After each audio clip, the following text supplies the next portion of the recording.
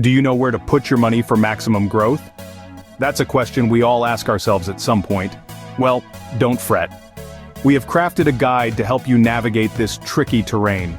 In this video, we'll be breaking down 8 strategic places to allocate your funds for maximum growth. No, we're not talking about hiding it under your mattress or in a piggy bank.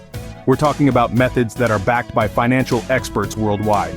From fulfilling your basic needs to setting up an emergency fund, planning your retirement, investing in yourself, paying off your debts, and even setting and achieving your financial goals. Just imagine being able to grow your wealth while you sleep. Sounds dreamy, doesn't it? Well, it doesn't have to be a dream, so buckle up and get ready to take notes. Stay tuned to learn about these 8 places where you can put your money for maximum growth. First, always cater to your needs. This is the golden rule of personal finance. Your basic necessities such as shelter, food, healthcare, and transportation should always be the first priority when allocating your resources. Think of these as the foundation of your financial house. Just like you can't build a sturdy house without a solid foundation, you can't build a strong financial future without first taking care of your basic needs. These are non-negotiable. They're the things that keep you healthy, safe, and able to go about your daily life. Remember, it's not about living lavishly, it's about securing the essentials.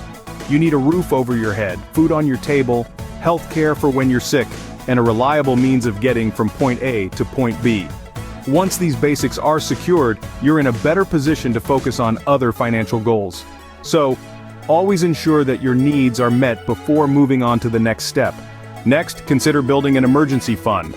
This fund is your financial safety net, ready to catch you when life throws a curveball your way. Imagine your car breaks down or a sudden medical expense pops up. An emergency fund ensures you're equipped to handle these unexpected expenses without resorting to credit cards or loans. So how much should be in this fund? A good rule of thumb is to aim for 3 to 6 months worth of living expenses. It might seem like a daunting task, but remember, you don't have to reach this goal overnight. Start small, set aside a little bit from each paycheck, and gradually, you'll see your fund grow. Building an emergency fund is like building a fortress around your financial well-being, providing you the peace of mind that you're ready for unexpected expenses. Once your needs are met and you have an emergency fund, you can start looking at other investment options. Now, let's talk about retirement accounts. These accounts are your golden ticket to a comfortable retirement. They're like a special savings account, but with superpowers. Here's why. The money you put in is often tax deductible. That's right, it lowers your taxable income. And that's not all. The money in your retirement account grows tax-free until you retire. There are different types of retirement accounts. You might have heard of a 401k, especially if you have a full-time job. Your employer may even match a portion of your contributions, which is like getting free money. Then there's the individual retirement account, or IRA, which anyone can open. The benefits are similar to a 401k, but with more flexibility. Starting early is key. Thanks to compound interest, the sooner you start, the more your money grows. Think of it as a snowball rolling down a hill, getting bigger and bigger. Investing in your retirement is a long-term plan that will pay off in the future. Another great place to put your money is in yourself. Indeed, this may sound a bit abstract at first, but it's an investment with potentially the highest return. By investing in yourself, we mean putting resources into your education, training, and personal development. It's about acquiring new skills, expanding your knowledge base, and stepping out of your comfort zone to explore uncharted territories. Think of it this way: the more you learn, the more you earn. Each new skill you learn can open up a new income stream. For instance, learning a new language can pave the way for opportunities in translation or teaching. Similarly, mastering a new software can make you a valuable asset in your current job, or even lead to a better one. Moreover, personal development helps you grow as a professional and as an individual. It enhances your confidence, boosts your self-esteem, and ultimately increases your value in the marketplace. Investing in yourself is a surefire way to increase your income potential. So, why wait? Start investing in yourself today. Before making other investments, consider paying off your debts. It's a simple truth, but one that's often overlooked. Debts, especially those with high interest rates, are like chains around your financial freedom. They hold you back, restricting your growth and potential. Think of it this way: each dollar you owe is a dollar that's not working for you.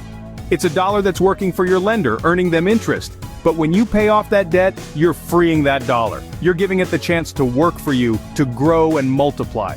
Clearing your debts also has a psychological benefit. It's a weight off your shoulders, a sigh of relief. You're no longer burdened by what you owe, but empowered by what you own. So before you dive into other investments, take a good hard look at your debts. See if you can clear them, or at least reduce them. Eliminating your debts can free up more money for investments. Trust me, your future self will thank you. Another important aspect of financial planning is setting financial goals. Imagine you're on a journey. Wouldn't it be easier if you had a destination in mind? That's exactly what financial goals are, your money's destination. Let's break it down. We have short-term, medium-term, and long-term goals. Short-term goals are those you plan to achieve in the next 1 to 2 years. Maybe you're saving for a vacation, a new laptop, or an emergency fund. These goals are usually more immediate and require a disciplined saving strategy. Medium-term goals are the ones you plan to achieve within the next 2 to 5 years. Are you thinking about a down payment on a house, or perhaps furthering your education? These goals require a bit more planning and often involve both saving and investing. Long-term goals are the big ones, the ones you're looking at achieving in 5 years or more. This could be retirement savings, or maybe you're planning for your child's college education. These goals usually require a more aggressive investment strategy to keep up with inflation and ensure your money grows over time. Now, why are these goals important? Well, they give your money a purpose.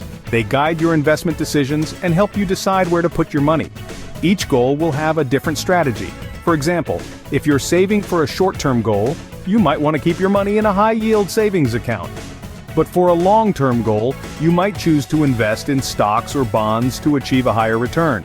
Remember this, financial goals are not set in stone. They can and should change as your life changes. Maybe you get a new job with a higher salary, or perhaps your family grows, and you need to plan for that. It's okay to adjust your goals as needed. Lastly, don't forget to celebrate your achievements, no matter how small. Every goal reached is a step towards financial independence. Having clear financial goals can guide your investment decisions and help you stay on track. So start setting your financial goals today and take control of your financial future. Lastly, don't forget about your wants. Yes, you heard it right. Your wants, the things that bring joy and satisfaction, are an important part of your financial plan. It's not just about the bare necessities or the rainy day funds, it's also about the trips you want to take, the fancy dinner you want to have, or the designer shoes you've been eyeing. Budgeting for your wants is a crucial aspect of financial well-being. It's a way of rewarding yourself for your hard work and discipline. However, it's important to do it in a manner that doesn't hinder your financial growth. So, how do we do that? Firstly, make a list of your wants. It could be anything from a vacation to a new gadget. Once you have your list, prioritize them. Decide which ones are most important to you. Next, assign a cost to each of these wants. Research, calculate, and figure out how much money you would need to fulfill each of these desires. This gives you a clear idea of what you're aiming for. Then, it's time to create a budget for your wants. This is where you allocate a specific portion of your income towards fulfilling your desires. But remember, this should be done after you've allocated money for your needs, emergency fund, retirement account, and other financial goals. It might be tempting to splurge on your wants, but it's important to stay disciplined. Allocate a reasonable amount that won't disrupt your financial stability. If your wants exceed your budget, it may be necessary to reassess and prioritize. Setting aside money for your wants also encourages responsible spending habits. It allows you to enjoy your money without the guilt or worry that you're jeopardizing your financial future. In conclusion, wants are not just whims or indulgences. They are an integral part of your financial plan. By budgeting for your wants, you can maintain a healthy financial life while still enjoying the fruits of your labor.